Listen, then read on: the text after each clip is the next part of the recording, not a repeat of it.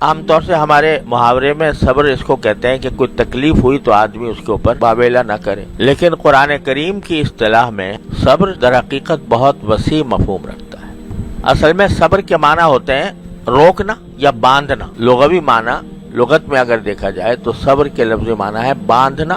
اور روکنا۔ پہلے زمانے میں ایک طریقہ ہوتا تھا کہ کسی شخص کو سامنے کو سزا دے دی جاتی تھی، کسی سے انتقام لیا جاتا تھا تو سامنے اس کو باندھ کر اس کے اوپر تیر چلا دیے جاتے تھے، تو اس کو کہتے ہیں قتل صبرن، کہ وہ قتل کیا گیا باندھ۔ اور شریعت کی اصطلاح میں صبر کا مطلب یہ ہوتا ہے کہ انسان اپنے آپ کو اللہ جل جلالہ کی اطاعت میں باندھ کر رکھے، یعنی اپنے نفس کی خواہشات کو تابع بنا دے اللہ جل جلالہ کے احکام کے، کہ جب نفس اور شیطان انسان کو کسی طاعت سے برگشتہ کر رہے ہوں، مثال کے طور پر نماز کا وقت ہے یا اور جو انسان معمولات ہوتے ہیں ذکر کے شغل کے، اس کا وقت ہے، لیکن سستی ہو رہی ہے اور سستی کی وجہ سے نفس یہ چاہ رہا ہے کہ میں یہ طاعت نہ کروں، اس وقت میں اپنے آپ کو باندھنا اور نفسانی خواہش کی مخالفت کر کے وہ کام کرنا، جس کو میں اس طرح تعبیر کرتا ہوں کہ اپنے اوپر زبردستی کر کے کام کرنا، یہ صبر ہے۔ ایک گناہ کا تقاضا دل میں پیدا ہو رہا ہے،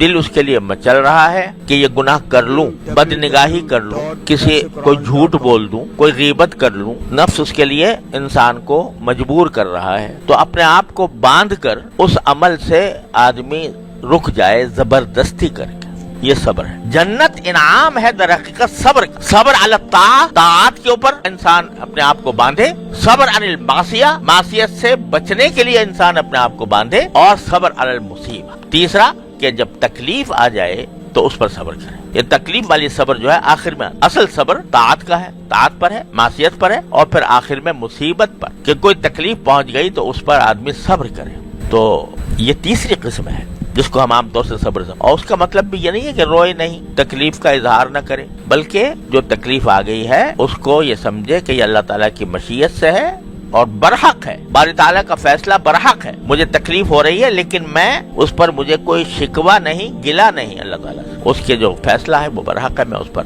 راضی ہوں۔ یہ تین باتیں، صبر علی الطاعۃ، صبر عن المصیبہ، صبر عن المعصیہ، اور صبر علی المصیبہ، یہ تین چیزیں ہیں جو صبر کے مختلف اقسام ہیں، اور اس پر فرمایا گیا کہ انما یوفی الصابرون اجرہم بغیر حساب، ان کا اجر بے حساب ہوگا۔ تو نبی کریم صلی اللہ علیہ وسلم یہ مانگ رہے ہیں، اللہم اجعلنی صبورا، اے اللہ مجھے بہت صبر کرنے والا بنا۔ بہت صبر کرنے والے کے معنی یہ کہ صبر کی ہر قدم پر ضرورت پڑتی۔